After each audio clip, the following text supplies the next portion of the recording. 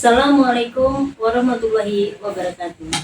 Berjumpa kembali dengan saya, Bu Betty Susistiawati, calon guru penggerak angkatan 9 di SMP Negeri 1 Surabaya.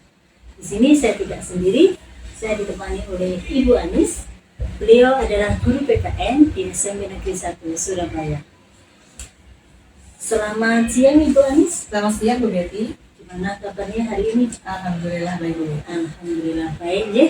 Oke, hari ini kita akan adakan percakapan pra-observasi sebelum saya mengamati jalannya pembelajaran yang Ibu Anis lakukan di kelas atau sebelum saya melakukan proses supervisi di kelas. Gitu nih Bu Anis? Baik Bu Betty. Oke, ada beberapa pertanyaan Bu Anis yang ingin saya tanyakan ke panjenengan. Yang pertama, kira-kira apa Bu Anis tujuan pembelajaran yang ingin Ibu Anis capai? Baik, terima kasih Bu Betty. Untuk tujuan pembelajaran yang pertama yaitu mensyukuri persatuan dalam keberagaman masyarakat Indonesia secara adil sebagai anugerah dan juga ciptaan Tuhan Yang Maha Esa. Yang kedua, memahami dan mengidentifikasi permasalahan keberagaman dalam masyarakat Indonesia. Dan yang ketiga yaitu melaksanakan tanggung jawab terkait keberagaman dan berupaya menyelesaikan berbagai permasalahan yang muncul dalam keberagaman masyarakat Indonesia. Oke. Berarti terkait dengan keberagaman gitu Anis. Baik, betul. Lalu area pengembangan yang ingin Ibu Anis capai atau ingin Ibu Anis observasi di kelas apa nih? Untuk area pengembangan yang nanti akan diobservasi nanti saya fokuskan pada 3 hal. Yang pertama yaitu dari segi sikap. Nah, sikap ini nanti bagaimana siswa mampu mengutamakan sikap toleransi dan juga saling menghargai akan keberagaman masyarakat Indonesia. Seperti masyarakat Indonesia itu kan ada keberagaman sukunya, agamanya, rasa juga antar golongan. Kemudian yang kedua, siswa dari segi pengetahuannya, siswa mampu memahami dan mengidentifikasi berbagai permasalahan keberagaman, baik itu keberagaman suku, agama, ras dan juga antar golongan. Kemudian dari segi keterampilan, siswa mampu membuat laporan deskripsi tentang macam-macam keberagaman di Indonesia dan juga penyebab konflik dan juga bagaimana cara penyelesaian. Berarti ada 3 area pengembangan yang ingin Ibu Anis observasi ya? Ya, mulai betul. dari sikap, kemudian pengetahuan dan keterampilan begitu ya? Iya, betul. Oke.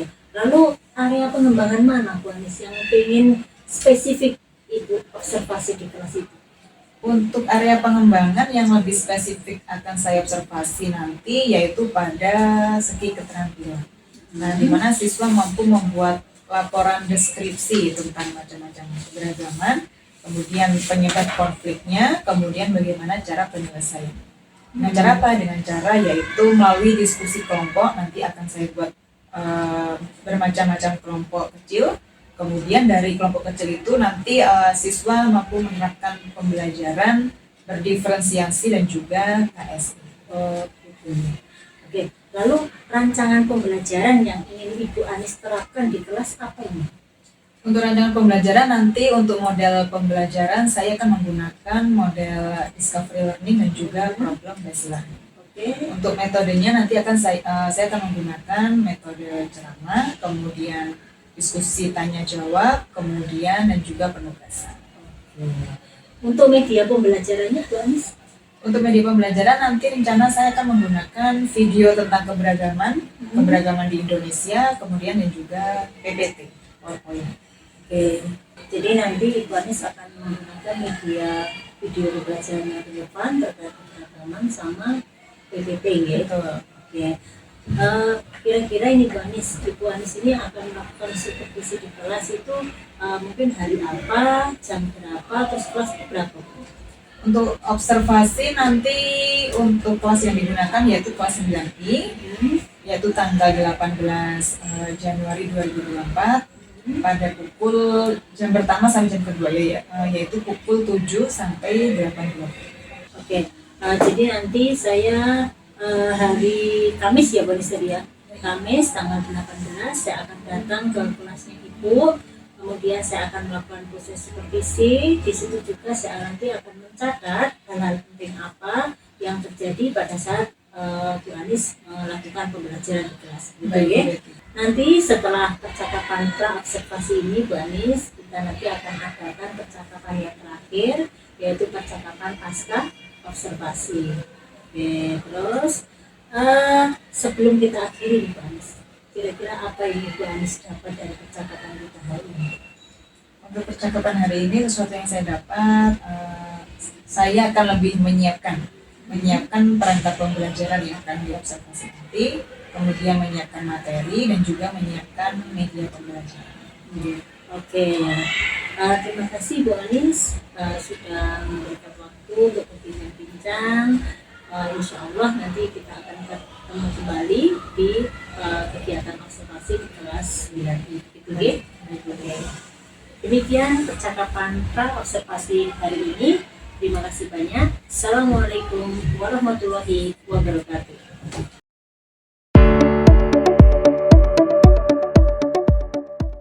Baik, Assalamualaikum warahmatullahi wabarakatuh.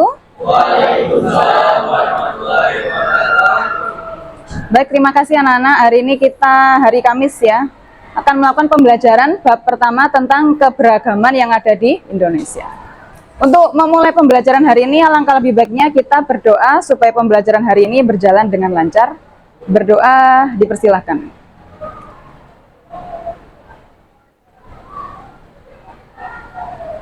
Berdoa selesai. Gimana kabarnya? Ada yang belum sarapan? Sudah semuanya? Oke, baik. Anak-anak, untuk memulai pembelajaran hari ini kita yel-yel terlebih dahulu ya, sebelum nanti Bu Anis absen. Nanti kalau Bu Anis bilang selamat pagi, jawabnya pagi, pagi, pagi, luar biasa, gitu ya. Bisa dimulai? Selamat pagi. Pagi, pagi, pagi, luar biasa. Nanti kalau Bu Anis tanya, siapkah kalian memulai pembelajaran hari ini? Kalian bilangnya siap, siap, siap, semangat, gitu ya. Mulai dari awal ya. Selamat pagi. Pagi, pagi, pagi, luar biasa. Siapkah kalian memulai pembelajaran hari ini? Siap, siap, siap, semangat. Oke, berarti semuanya sudah siap memulai pembelajaran ya. Hari ini akan Bu Anis absen sesuai urutan ya. Sekarang tanggal berapa? 18 ya. 18. Adinda, Ainur, Julia Chelsea, Kaila Bunga Hati. Kaila, kemana Kaila? Oh, ini Kaila, depan sendiri. Kevin Gilang. Kevin sehat ya? Udah tidur? Akbar? Udah makan Akbar? Teguh Rizkula. Kenapa? Oh, ada acara izin. Nibras. Teguh. Teguh tadi izin ya. Oh ya, Olivia. Pandita. Rahma Ayu. Rahma Jenova. Rasti.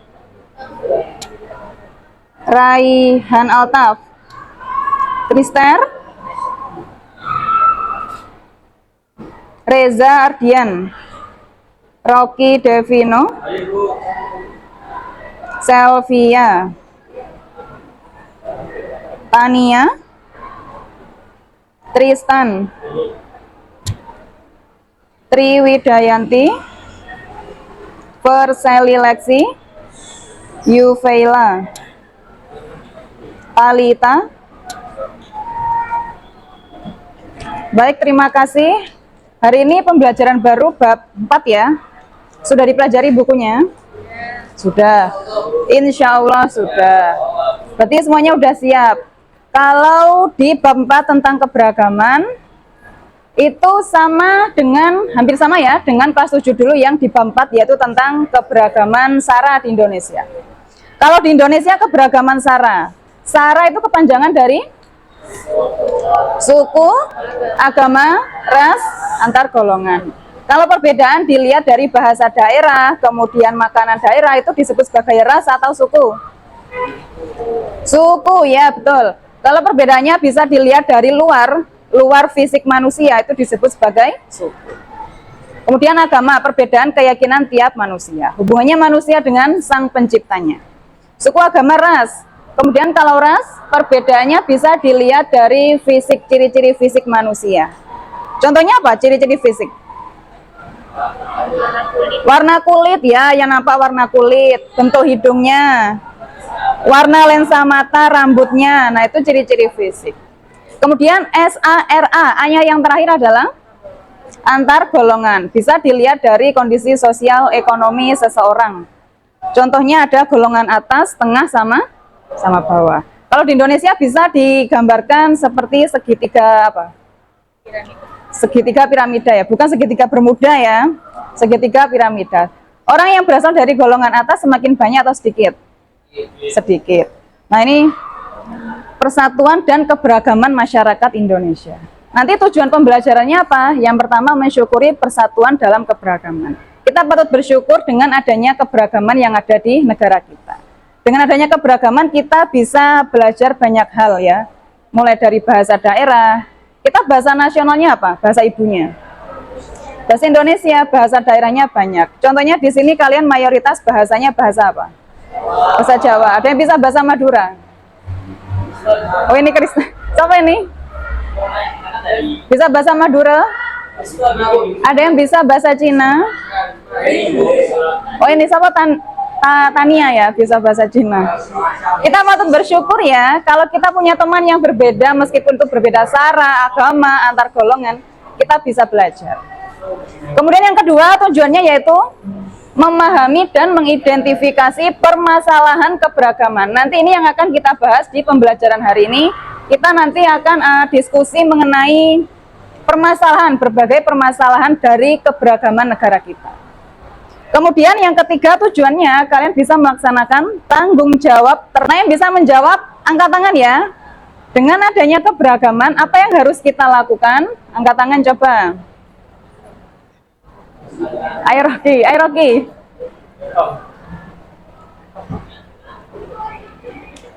Dengan adanya keberagaman, apa yang harus kita lakukan? Toleransi. Selain toleransi? Saling menghargai, betul. Tepuk tangan untuk Rocky. Apakah di tempat kalian ada perbedaan? Pasti ada ya, semuanya pasti ada perbedaan. Bukan hanya di tempat rumah kalian, pasti di sini juga ada perbedaan ya, ada keberagaman.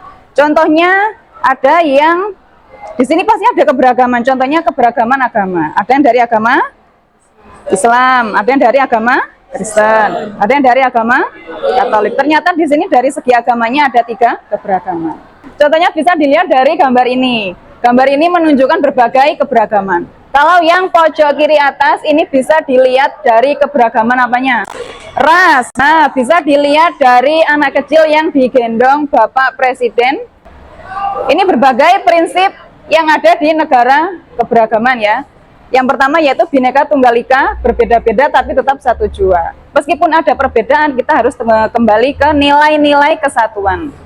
Yang kedua, nasionalisme. Nasionalisme itu apa? Ada yang bisa angkat tangan, ayo nasionalisme. Nasionalisme diambilkan dari kata nation. Siapa angkat tangan? Ayo Alvaro. Nasionalisme artinya apa? Rasa cinta terhadap tanah air. Nah, betul. Tepuk tangan buat Alvaro. Nasionalisme itu adalah rasa cinta tanah air kita. Bagaimana cara kita menunjukkan jati diri bangsa. Yang ketiga, bebas bertanggung jawab. Negara kita merupakan negara demokrasi. Kita boleh melakukan apapun itu meskipun memberikan kritik kepada pemerintah, yang pasti harus bertanggung jawab. Bebasnya bukan bebas kebablasan, tapi bebasnya bertanggung jawab. Yang keempat, wawasan Nusantara terkait dengan pengetahuan kita mengenai negara ini. Baik itu pengetahuan tentang SARA, selain itu ada politik, hukum, pertahanan keamanan, pendidikan, ekonomi, dan lain sebagainya.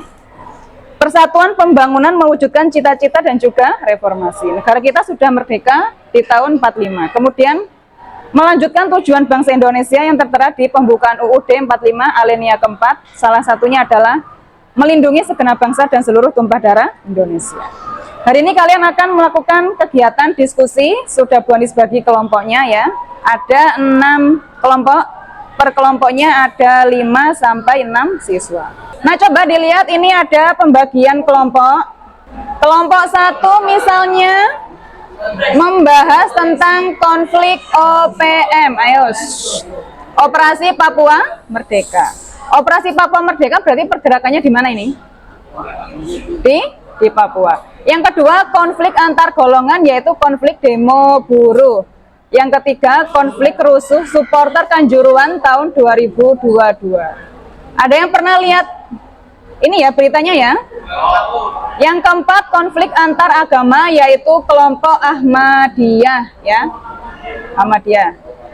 Kelihatan kan? Yang kelima yaitu konflik Timor Leste. Bagaimana sejarahnya kok bisa sampai melepaskan diri dari Indonesia. Yang keenam yaitu konflik etnis internasional yaitu etnis Rohingya. Ada yang belum tahu etnis Rohingya? Pasti semuanya udah tahu ya. Nah, bagaimana cara pengerjaannya? Bentuklah kelompok, setiap kelompok terdiri dari ini 6 ya. Ini 6 kelompok. Berarti satu kelompoknya ada 5 sampai 6 siswa. Carilah berbagai permasalahan atau konflik dari keberagaman negara Indonesia. Contohnya suku, agama, ras, antar golongan. Tadi sudah dibagi ya. Yang ketiga, analisislah konflik tersebut melalui 5W1H. 5W misalkan apa? Nah, kalian tulis saja what ya. Berarti kejadiannya tentang apa? Contohnya konflik etnis internasional, etnis Rohingya. Contohnya seperti itu. Kemudian how, bagaimana cara penyelesaiannya dari konflik tersebut. A3 seperti ini sudah dipotong-potong sama Bu Anis ya, sudah dipotong-potong. Nanti kalian laporannya dituliskan dalam bentuk laporan seperti ini. Kalau sudah nanti dipresentasikan, ditempelkan di papan tulis di sini. Sebagai informasi kalau negara kita itu dari keberagamannya selain keunikannya ternyata juga menimbulkan berbagai permasalahan. Dari sini ada pertanyaan? Sudah hafal anggota kelompoknya? Sudah?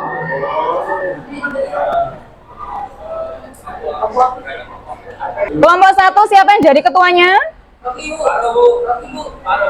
Oke, Rocky ya. Kelompok 2? Gabriela ya, Gabriela. Mana Gabriela? Ini Gabriela. Kelompok 3? Dinda. Kelompok 4? Kelompok 4 siapa ini? Kelompok 1 ketuanya Rocky. Kelompok 4 ketuanya Ainur ya. Ainur. Kelompok 5 ketuanya? Kelompok 5? Krister ya, Raihan Krister. Akila? Oh iya, kamu Akila ya. Maaf lupa. Kelompok 6 ketuanya? Olivia, oke. Sudah tahu anggota kelompoknya, sekarang bisa ngumpul menurut kelompoknya. Di sini kelompok. Nah, di sini kelompok 1 ya. Ayo Sopo Alvaro, kelompok 1, 2, 3, 4, 5, 6 ya. Bagi tugas ya, siapa yang what, who, why ya. Kelompok 3? Kelompok 3 mana ini ya? Ini kertasnya.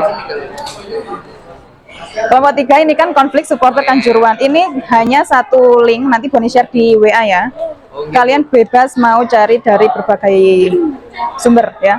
Nanti ini digonteng, tempel di sini. Pertanyaannya sesuai yang di BPT. Ya, what, who, why kayak gitu. Apanya? Sudah bikin pertanyaannya. Enggak, langsung what aja. What? What-nya apa? Konflik supporter Kanjuruhan Malang tahun 2022. Why-nya kenapa kalian cari? Latar belakangnya kenapa? Kelompok 4 mana? Kelompok 4. Nih, konflik agama Ahmadiyah. Ini nanti gambarnya digunting kemudian ditempel. Bagi tugas ya, what, who, why-nya siapa ya. Kelompok 5, Timor Leste. Ini hanya ada satu website. Nanti kalian cari sumber lainnya ya. Nanti digunting ditempelkan. Langsung bawahnya what, who, why-nya. Dibagi tugas ya. What, who, why-nya siapa aja. Ya, di sini. Kelompok 6 ini ya. Saya permisi. Kelompok 6. Kelompok 6 ketuanya Olive ya. Gambarnya 2 digunting tempelkan. Udah selesai semuanya. Kalau sudah langsung ditulis ya.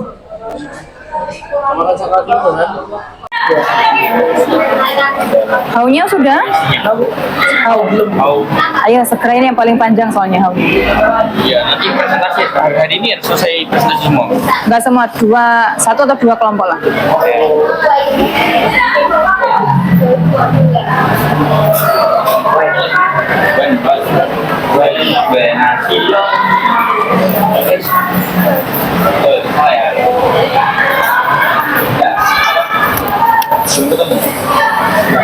Cari yang lain, Pak.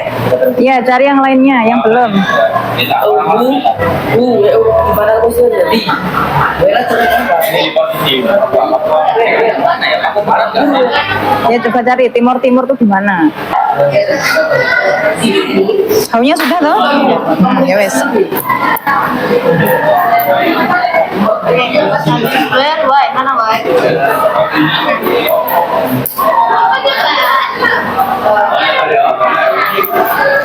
Kenapa ini berbeda di kalau iya, emang benar? Kenapa? Mengapa peristiwanya terjadi? Karena tidak diakui oleh masyarakat Myanmar. Nah, udah selesai belum? Sudah. Siapa yang sudah? Ya. Yang sudah bisa langsung presentasi ke depan, nanti langsung kalau ada kelompok lainnya yang mau memberi pertanyaan juga boleh ya.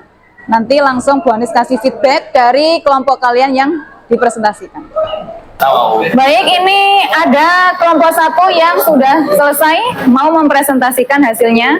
Silakan didengarkan. Kalau ada yang mau bertanya dipersilakan. Nanti akan mendapatkan nilai tambahan bagi yang bertanya ya. Ya, bisa mulai Bu. Ya. Assalamualaikum warahmatullahi wabarakatuh. Salam Om Swastiastu, Namo Buddhaya, dan salam kebajikan. Perkenalkan, kami dari kelompok 1 akan membahas mengenai OPM. Saya Rocky Devin Alusna dari kelas 9I, nomor absen 28. Saya Alvaroken Yoga Zarofki, dari kelas 9I, absen 3. Saya Padita Danastri, absen 20. Saya Nanti absen 32. Saya Fitri Nurhasana, absen 10.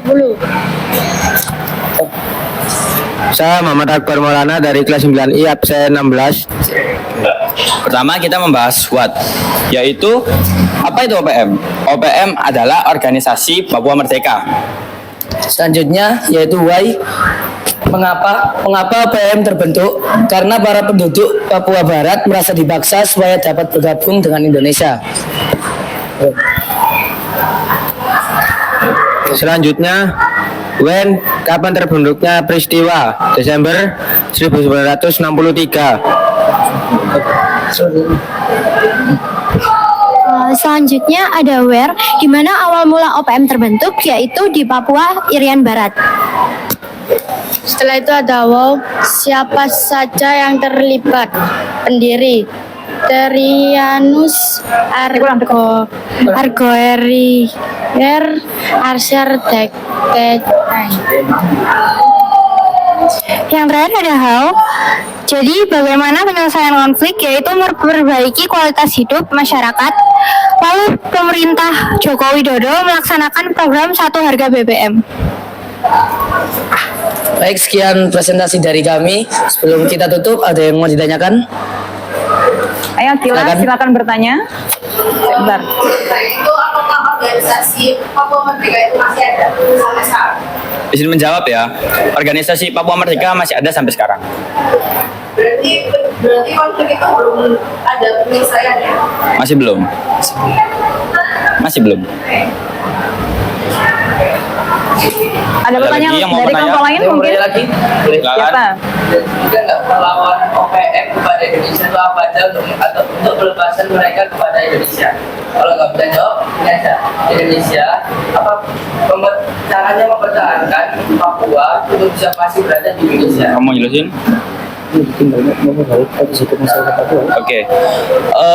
Konflik Papua Merdeka ini terjadi karena masyarakat Papua yang merasa bahwa mereka tidak dilihat atau tidak dipedulikan sama pemerintah Indonesia. Nah, cara untuk penyelesaiannya sendiri yaitu pemerintah harus melihat daerah Papua Barat dan harus melakukan pembangunan yang merata di sana agar para penduduk Papua Barat tidak merasa bahwa mereka itu tidak dilihat oleh pemerintah Indonesia. Berarti cara mempertahankan Papua masih berada di Indonesia itu apa? Melakukan pembangunan yang merata di seluruh Indonesia. Ada pertanyaan lagi? Kalau nggak ada bisa ditutup. Oke. Baik, karena tidak ada yang bertanya lagi, kami tutup ya. Sekian presentasi dari kami. Wassalamualaikum warahmatullahi wabarakatuh. Waalaikumsalam warahmatullahi wabarakatuh.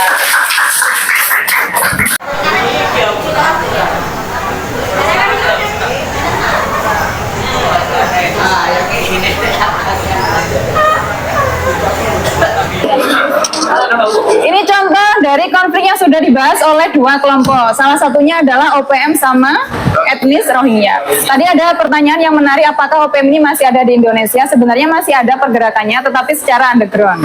Jadi kalau misalkan nanti OPM ini bertindak lagi, misalkan berkonflik lagi dengan militer Indonesia, ya harus ada diplomasi antara orang-orang yang ikut demo sama pemerintah Indonesia sendiri. Kemudian kalau etnis Rohingya, tadi ada pertanyaan yang menarik juga dari Versali Leksi. Apakah pemerintah Indonesia masih memberikan bantuan terhadap orang-orang Rohingya ini? Iya. Jawabannya, iya, pemerintah Indonesia masih memberikan bantuan atas dasar kemanusiaan. Tapi pemerintah Indonesia lebih membatasi bantuannya kepada mereka. Supaya mereka lebih tahu diri. Mereka ini kan sebagai pengungsi ya. Nah, baik, cukup sekian pembelajaran hari ini. Bagaimana kesan dan pesan kalian? Apakah cukup menarik? Cukup menarik nggak? Oke, baik, tepuk tangan untuk kita semua hari ini.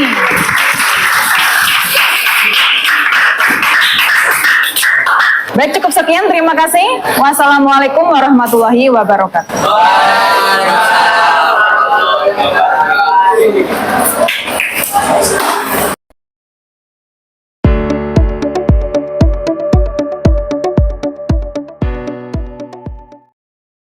Assalamualaikum warahmatullahi wabarakatuh.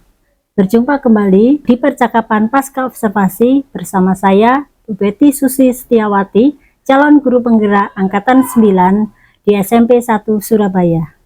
Di sini saya tidak sendiri, saya ditemani oleh Ibu Anis. Beliau adalah guru yang kita supervisi kemarin. Kemudian ada Bu Fitri. Beliau adalah guru pengajar praktek di pendidikan calon guru penggerak Angkatan 9. Gimana kabarnya Bu Anis dan Bu Fitri? Baik, Bu Betty. Alhamdulillah baik semua nggih. Ada beberapa pertanyaan yang ingin saya tanyakan kepada Ibu Anis terkait dengan observasi yang Ibu Anis kemarin sudah lakukan. Baik. Dengan tujuan untuk mengetahui dan mengevaluasi sejauh mana proses pembelajaran yang sudah Ibu Anis lakukan kemarin. Begitu nggih, Bu Anis? Baik. Pertanyaan pertama, Bu Anis. Bagaimana perasaan Bu Anis sesudah melakukan observasi kelas kemarin, Bu Anis?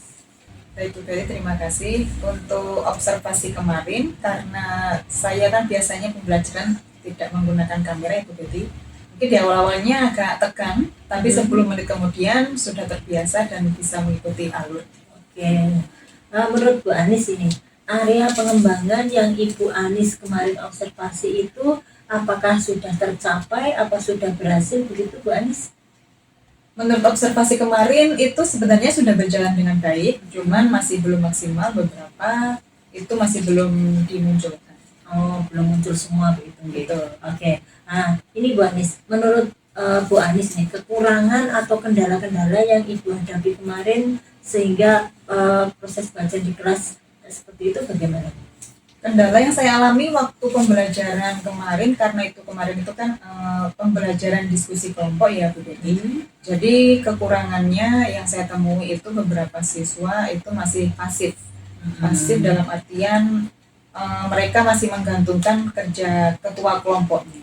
di mana Oke. ketua dan juga wakilnya itu kerja kelompok sendiri, kemudian beberapa teman yang lainnya itu mereka masih belum aktif. Kemudian pembelajaran berdiferensiasi dan juga KSE-nya ini juga masih belum maksimal. Oh, belum muncul semua begitu nih. Betul. Oke. Nah, ini mengapa bisa seperti itu, Bu Anis? Mungkin karena kemarin itu kan kelasnya kelas besar ya Bu Betty, jadi pembagian tugas anggota kelompoknya itu antar kelompok satu dengan kelompok lainnya itu masih belum seimbang. Kemudian media pembelajaran yang diberikan kemarin itu juga saya rasa masih belum cukup menantang bagi siswa kelas 9. Kemudian rencana ke depan yang ingin Ibu Anis kembangkan untuk selanjutnya apa nih? Untuk kedepannya mungkin nanti saya akan membuat pembelajaran di mana dalam pembagian tugas diskusi kelompok itu disesuaikan dengan kebutuhan minat peserta didik. Kemudian untuk gaya belajarnya itu juga diperhatikan. Nah, kemudian di awal pembelajaran itu juga sangat diperlukan tes awal diagnostik supaya untuk mengetahui kemampuan awal siswa itu seperti apa. Kemudian dalam pembelajaran itu bagaimanapun juga sekarang kan sudah era industri 5.0 ya Bu Betty. Kita memang harus bisa menyesuaikan perkembangan teknologi di mana siswa sekarang pembelajarannya itu mereka lebih suka menggunakan teknologi. Seperti kalau mereka mendapatkan tugas ataupun proyek, mereka mengerjakan tugas dan proyeknya itu dengan menggunakan teknologi. Seperti misalnya kalau untuk membuat infografis, mereka lebih suka di Canva untuk pembelajarannya. Oke. Nah, ini Bu Anis, kira-kira Bu Anis ini akan melakukan perubahan ini, rencana yang disampaikan tadi mulai kapan nih? Untuk waktu tepatnya saya masih belum tahu Bu Betty, yang pasti saya akan secepatnya untuk menentukan waktu. Oke. Nah, ini Bu Anis, sebelum kita mengakhiri percakapan kita, kira-kira apa yang Ibu Anis simpulkan dari percakapan ini, atau apa yang Ibu Anis dapat dari percakapan ini? Dari percakapan hari ini sesuatu yang saya dapat yaitu dalam membuat pembelajaran kita memang harus bisa menyesuaikan dengan kebutuhan siswa. Kita harus bisa membuat pembelajaran yang menyenangkan sesuai dengan kebutuhan siswa zaman sekarang ya Bu Betty. Karena zaman sekarang itu kan udah beda dengan zaman dahulu gitu. Kalau sekarang sudah era industri 5.0, segala sesuatunya pembelajarannya dari awal sampai akhir itu sangat tergantung pada teknologi. Kemudian kita juga harus bisa membuat pembelajaran yang berdiferensiasi supaya pembelajaran tersebut itu lebih berpihak kepada murid supaya kebutuhan siswa yang berbeda-beda itu semuanya bisa terpenuhi. Terima kasih Bu Anis, mudah-mudahan apa yang Bu Anis rencanakan atau yang ingin Bu Anis fokuskan untuk kedepannya bisa terrealisasi dengan baik. Begitu ya Bu Anis. Terima kasih banyak untuk perbincangan kita hari ini pada pasca observasi, begitu ya. Baik, terima kasih Terima Bu kasih Betty. juga Bu Fitri. Oke, terima kasih banyak. Demikian percakapan pasca observasi dan serangkaian dari supervisi akademik mulai dari pra, pasca maupun observasi di kelas. Terima kasih banyak. Saya akhiri. Assalamualaikum warahmatullahi wabarakatuh.